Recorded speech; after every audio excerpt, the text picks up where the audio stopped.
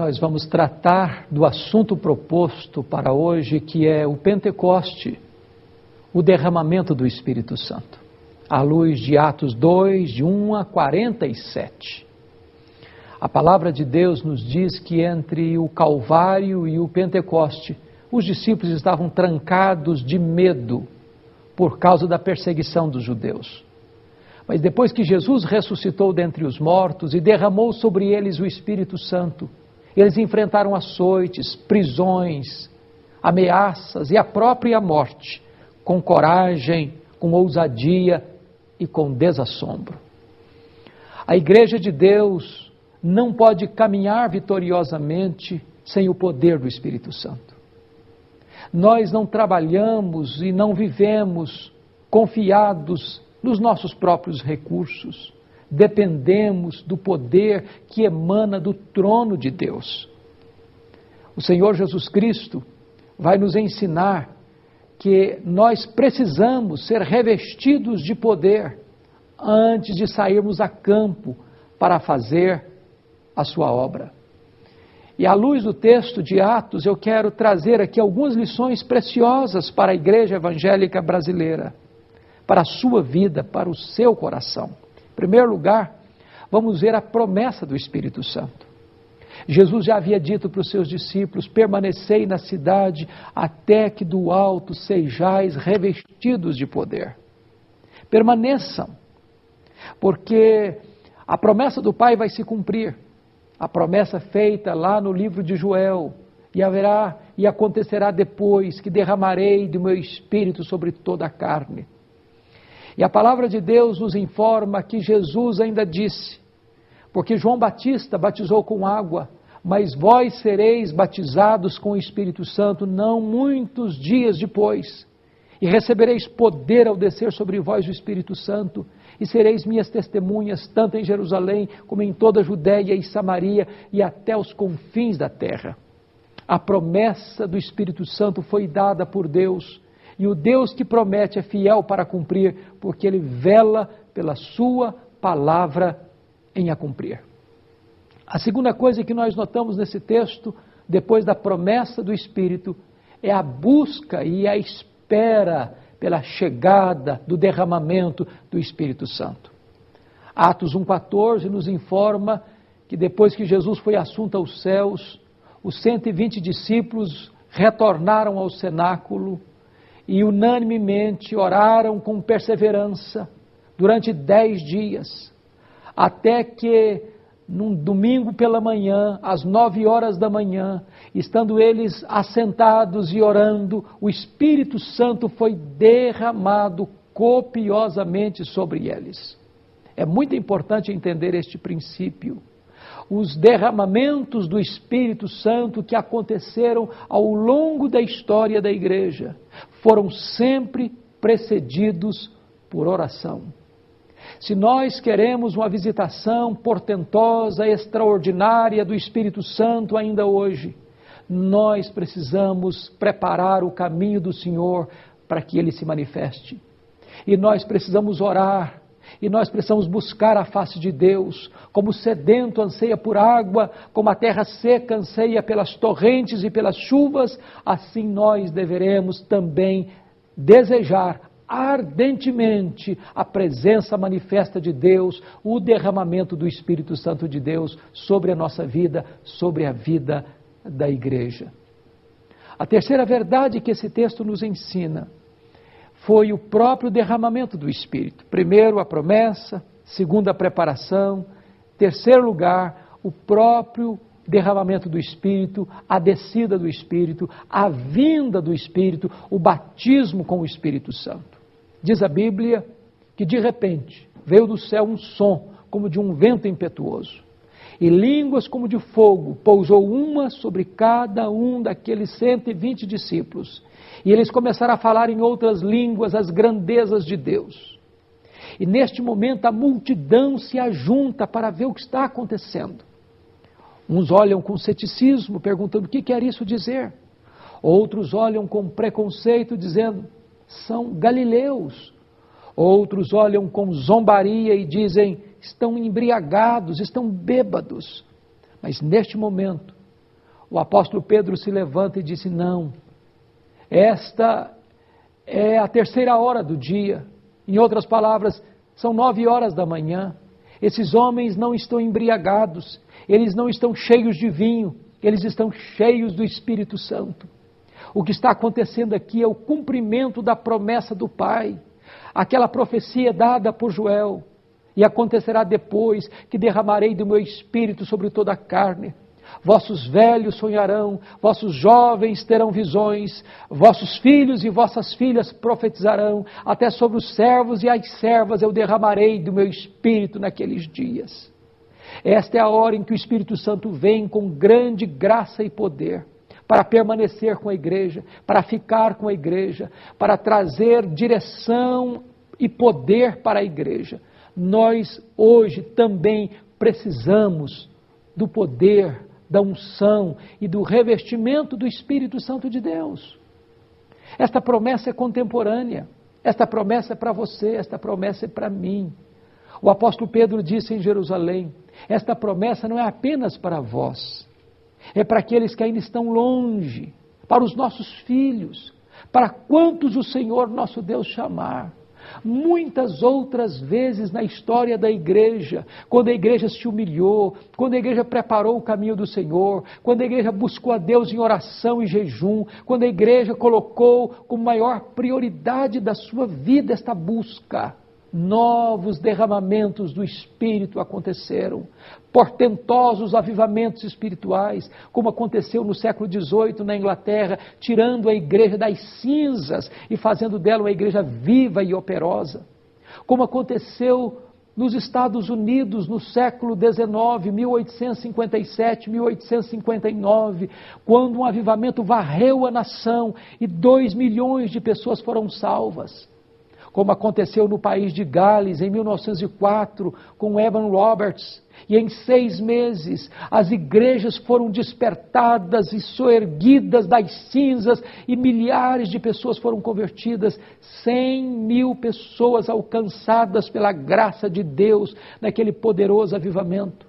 Avivamento que chega em Xangai, na China, avivamento que chega em 1907 na Coreia, e ainda hoje a Coreia é um dos países onde a igreja evangélica é mais pujante no mundo, por causa desta visitação especial e poderosa do Espírito Santo de Deus. Como aconteceu na missão Quasisabanto na África do Sul em 1966 com Earl Stiggin.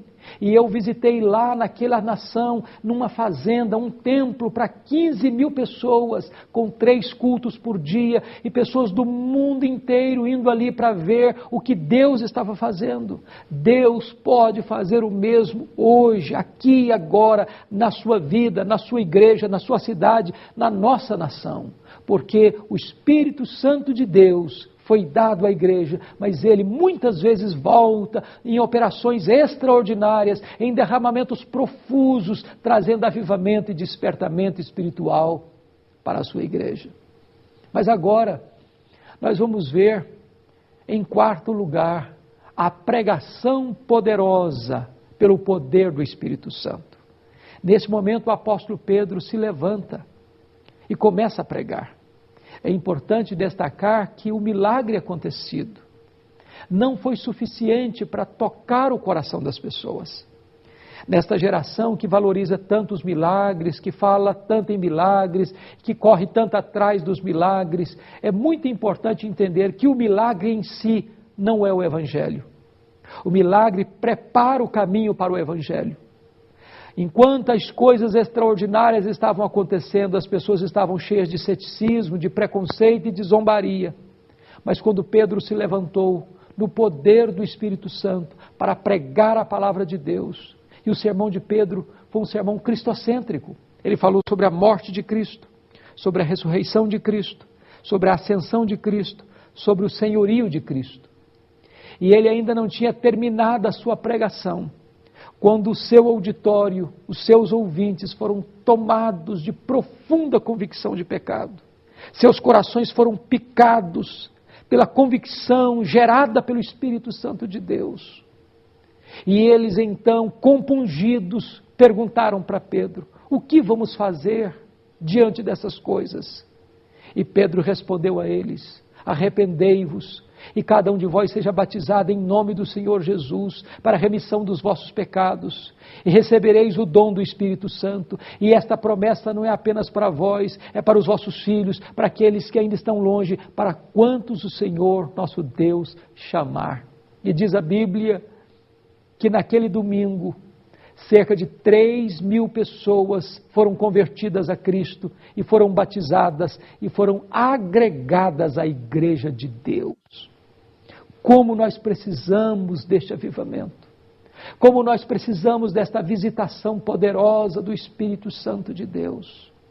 Como a igreja hoje muitas vezes parece um deserto, está árida, num formalismo religioso seco, ossificado, falta vitalidade nos nossos cultos, falta alegria nos nossos cânticos, falta unção e poder nas nossas orações, falta santidade na nossa vida, e nós precisamos deste derramamento do Espírito que traga vida para a igreja, que traga alento para o corpo de Cristo, que traga despertamento espiritual para a igreja de Deus.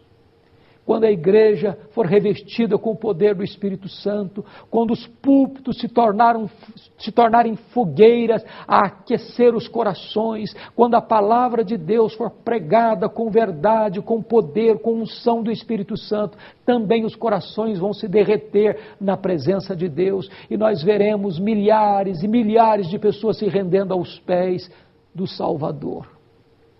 Mas nós vamos ver agora, em último lugar, outra verdade gloriosa: a vida da igreja agora cheia do Espírito Santo de Deus. Uma coisa é ter o Espírito, outra coisa é ser cheio do Espírito. Uma coisa é ter o Espírito Santo presente, outra coisa é ter o Espírito presidente. Uma coisa é você ter o Espírito, outra coisa é o Espírito Santo ter você. Quando aquela igreja foi cheia do Espírito Santo, algumas coisas maravilhosas começaram a acontecer. Em primeiro lugar, aqueles crentes perseveravam na doutrina dos apóstolos.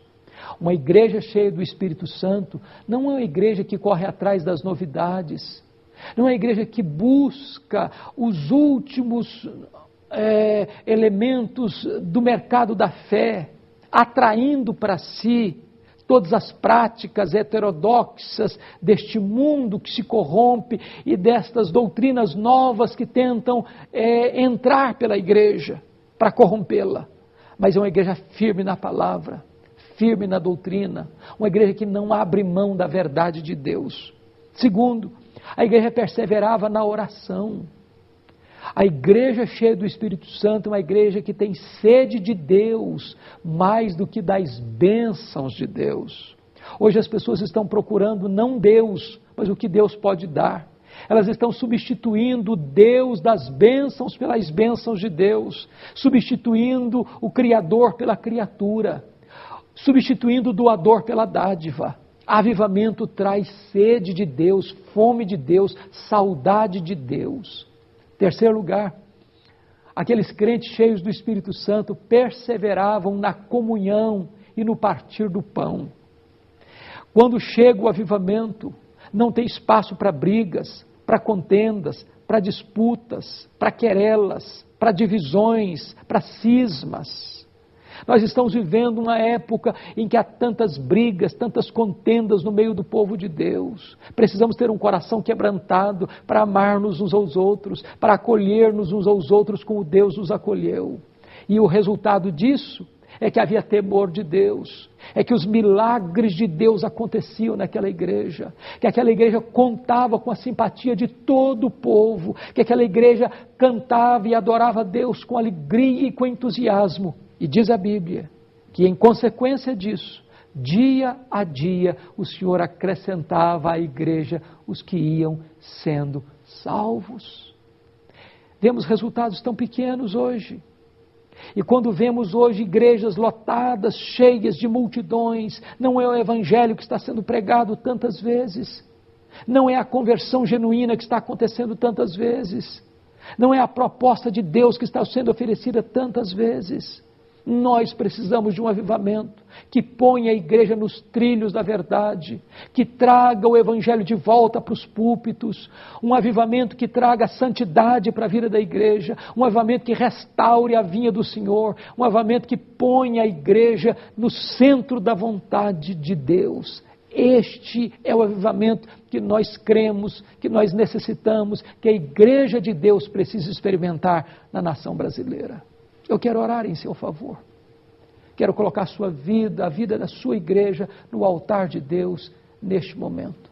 Se você anseia por este avivamento, se você deseja ver a igreja de Deus experimentando este derramamento do Espírito Santo, una-se comigo nessa oração. Vamos nos colocar na brecha em favor da nossa nação e vamos orar por um verdadeiro avivamento espiritual para trazer alento e vida para a igreja evangélica brasileira. Ore comigo assim. Deus querido, obrigado pela tua palavra, obrigado pela mensagem da Escritura. Deus, nós precisamos do Espírito Santo, nós dependemos do Espírito Santo. Nós não podemos fazer a tua obra sem o poder do teu Espírito. Aviva-nos, Senhor. Restaura-nos, Senhor. Derrama sobre nós das tuas torrentes, ó Deus. Traz vida nova, vida plena, abundante para a vida da tua igreja, para testemunho do Evangelho, para a salvação dos perdidos, para a edificação da igreja, para a glória do teu nome, em nome de Jesus. Amém. Eu sou o caminho, e a verdade, e a vida. Ninguém vem ao Pai senão por mim.